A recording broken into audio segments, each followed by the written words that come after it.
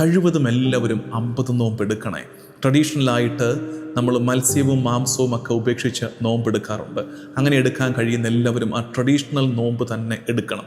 ഈ ട്രഡീഷണൽ നോമ്പിനപ്പുറത്തേക്ക് വളരണമെന്ന് ആഗ്രഹിക്കുന്നവർ, ചിലർക്കിപ്പോൾ ആ ട്രഡീഷണൽ നോമ്പ് എടുക്കാൻ പറ്റുന്ന സാഹചര്യമായിരിക്കത്തില്ല നിങ്ങളുടെ ചുറ്റുപാടും നിങ്ങളുടെ വീട്ടിലുമൊക്കെ. അങ്ങനെയുള്ളവർ മറ്റ് നോമ്പ് ശൈലികളിലേക്ക് കൂടെ നിങ്ങളെ തന്നെ എക്സ്റ്റെൻഡ് ചെയ്യണം. ഉദാഹരണത്തിന് കുറച്ചുകൂടെ സ്പിരിച്വൽ റെലവൻ്റ് ആയിട്ടുള്ള ഒന്ന്, ഞാൻ ഗോസിപ്പുകളിൽ നിന്ന് 50 ദിവസം മാറി നിൽക്കും.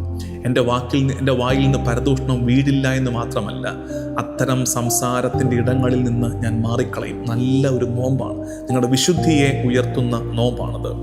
നെഗറ്റീവ് സ്പീച്ച്, അനാവശ്യ വർത്തമാനങ്ങളിൽ നിന്ന് ഞാൻ മാറി നിൽക്കും. ദേഷ്യത്തിൽ നിന്ന്, അനാവശ്യ ദേഷ്യത്തിൽ നിന്ന്, ആങ്കർ ആൻഡ് ഹാർഷ് വേർഡ്സ്, അത്ര ബിക്കമിങ് അല്ലാത്ത വാക്കുകൾ, നല്ലതല്ലാത്ത വാക്കുകൾ എൻ്റെ നാവിൽ നിന്ന് ഈ 50 ദിവസം വീഴില്ല. നോമ്പെടുക്കുകയാണ്. ചില വാക്കുകൾക്ക് നോമ്പെടുക്കാം, പ്രപ്പോർഷനേറ്റ് അല്ലാത്ത കോപത്തിന് നോമ്പെടുക്കാം. അപ്പോൾ ഈ ഭക്ഷണം പാഴാക്കുന്നത് നമുക്ക് നോമ്പെടുക്കാവുന്ന ശൈലികളാണത്. ഞാൻ ഭക്ഷണം പാഴാക്കൽ, ചിലരൊക്കെ ഇന്ന് വളരെ ഇൻഡിഫറൻ്റ് ആയിട്ടാണ് ഭക്ഷണമൊക്കെ നിസ്സംഗതയോടെ, ഒരു നിർവികാരതയോടെ ഭക്ഷണം പാഴാക്കി കളയുന്നവരുണ്ട്. I won't waste food and water. ഭക്ഷണവും വെള്ളവും ഞാൻ പാഴാക്കില്ലെന്ന് തീരുമാനമെടുക്കാം. സൈലൻറ്റ് പ്രയറിലേക്ക് മാറാം. കുറെ കൂടി നിശബ്ദ പ്രാർത്ഥനയുടെ ശൈലി ഈ നോമ്പ് കാലത്ത് പഠിക്കാൻ കഴിവതും ശ്രമിക്കണേ. ഒപ്പം തന്നെ ആക്ട്സ് ഓഫ് ചാരിറ്റി, കുറച്ചൊക്കെ നന്മ പ്രവർത്തികൾ ചെയ്യുക. അത് 2 രീതിയിൽ, ഒന്ന് സുവിശേഷ വേലയ്ക്ക് പിന്തുണ കൊടുക്കുക, 2 പാവങ്ങൾക്ക് പിന്തുണ നൽകുക.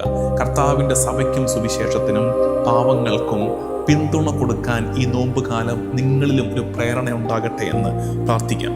ഒപ്പം തന്നെ തിരുവചന വായനയ്ക്ക് വേണ്ടി സമയം മാറ്റിവെക്കുക.